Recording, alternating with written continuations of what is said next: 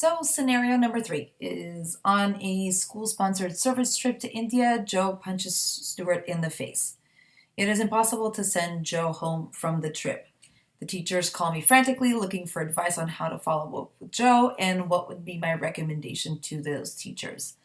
Well, I think we need to be able to get as much information as possible to understand the context of what this happened. Why did Joe punch? I mean, even though it's completely inappropriate, his behavior, it's important for us to understand what reasons led to that action. Um, it's important for us to be able to allow, I would tell them to allow Joe to have some individual reflection time so that he can be able to also create a plan on how he can take accountability and ownership for his decisions and actions, give him time to reflect on his behavior and how he's going to repair it. I would guide them in being able to host a restorative circle for the boys with the focus of resolving their conflict. I would go back to being able to use the step methodology of being able to first state the problem, then be able to think of possible solutions, next explore the consequences of the different solutions they come up with, and last then pick one so that they can move forward and commit to that and take ownership of that plan. I would also provide the teachers just some simple emotional self-regulation techniques, which they could be able to use with Joe during that period that they're still with him. Such things as like belly breathing, being able to count slowly, being able to use positive self-talk, also being able to learn how to take a walk or being able to take a quick break from that situation. Also, again, we're talking about a physical aggression, so parents need to be notified immediately, whether it's from the teachers or from myself, but they need to be informed of what happened and what is being put into place to resolve that situation.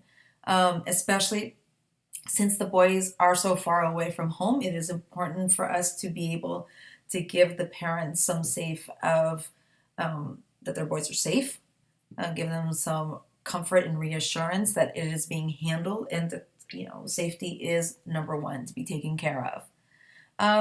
I would like to be possible to have a video conference with Joe and be able to also follow up on what the teachers have done and give him some more guidance on what he can do, and we can be able to talk and give him some more steps on how to self-regulate. I would say that also if Joe and Stuart are sharing sleeping accommodations, I would recommend that they be separated. Again, it's important for us to make sure that everyone is safe at all times.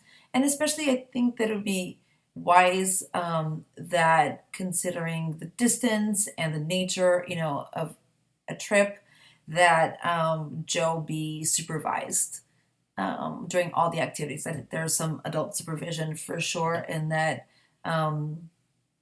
until we get some guarantees that for sure he can be able to keep his calm and he's being able to use tools when he's frustrated with some situation. Be able to create together with Joe. They should be able to create a contract so that makes sure to ensure that he displays safe behaviors during the rest of the trip. Think of some possible logical consequences for the action. And for sure, when he comes back in the long term, to be able to schedule some sessions with Joe, to give him some more tools on self-regulation and to follow up and be able to understand what are those triggers, how can he address them in a more peaceful way.